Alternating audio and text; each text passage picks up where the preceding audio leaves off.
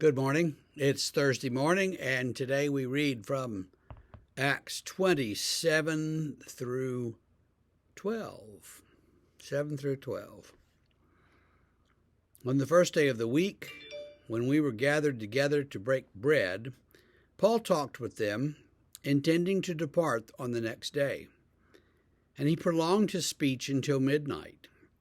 There were many lamps in the upper room where we were gathered. And a young man named Eutychus, sitting at the window, sank into a deep sleep as Paul talked still longer. And being overcome by sleep, he fell down from the third story and was taken up dead. But Paul went down and bent over him, and taking him in his arms, said, "Do not be alarmed, for his life is in him."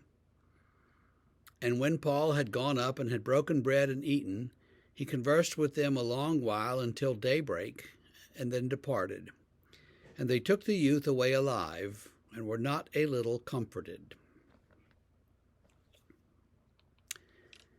So way back in the around 1989 or 90, some of us went to the Sprunt lectures at Union Seminary in Virginia.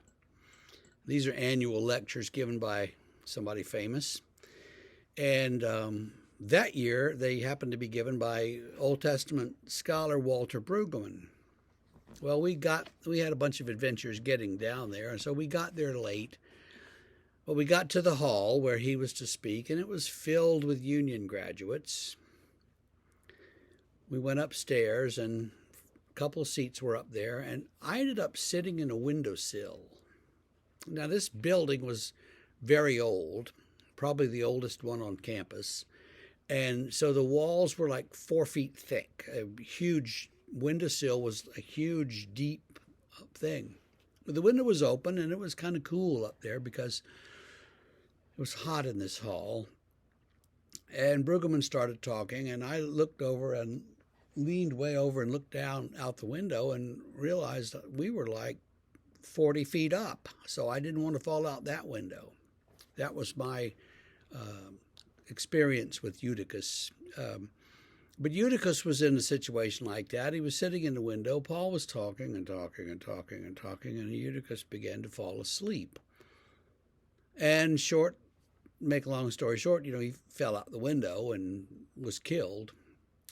Only Paul picked him up and said, no, he'll live.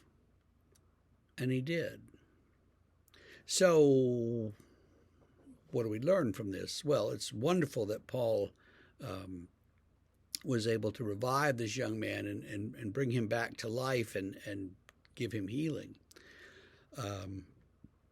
It's also, and I'm going to guess here, but Paul may have felt a little guilty because he was droning on and on and on, and this kid fell asleep and fell out the window. And so Paul may have thought, well, if I hadn't been droning on and on, if I was a better speaker, if I told more jokes, maybe he'd have been paying attention and wouldn't have fallen out the window.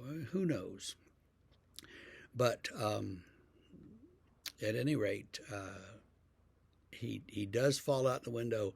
But Paul says, no, don't be concerned. There's still life in him yet. And it doesn't say that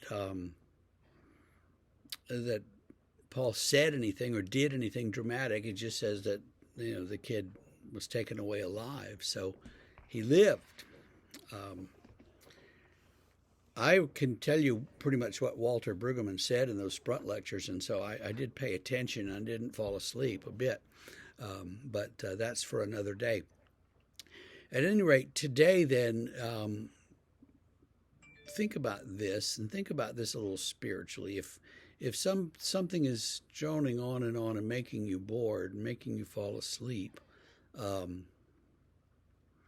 think about, how do you stay awake? How do you get interested again? How do you revive your spirit so that you can be interested in things of God and not be susceptible to falling asleep and falling out the window? Well, that's what we've got today. So let's not fall out any windows. All right? We'll see you tomorrow. Have a great day.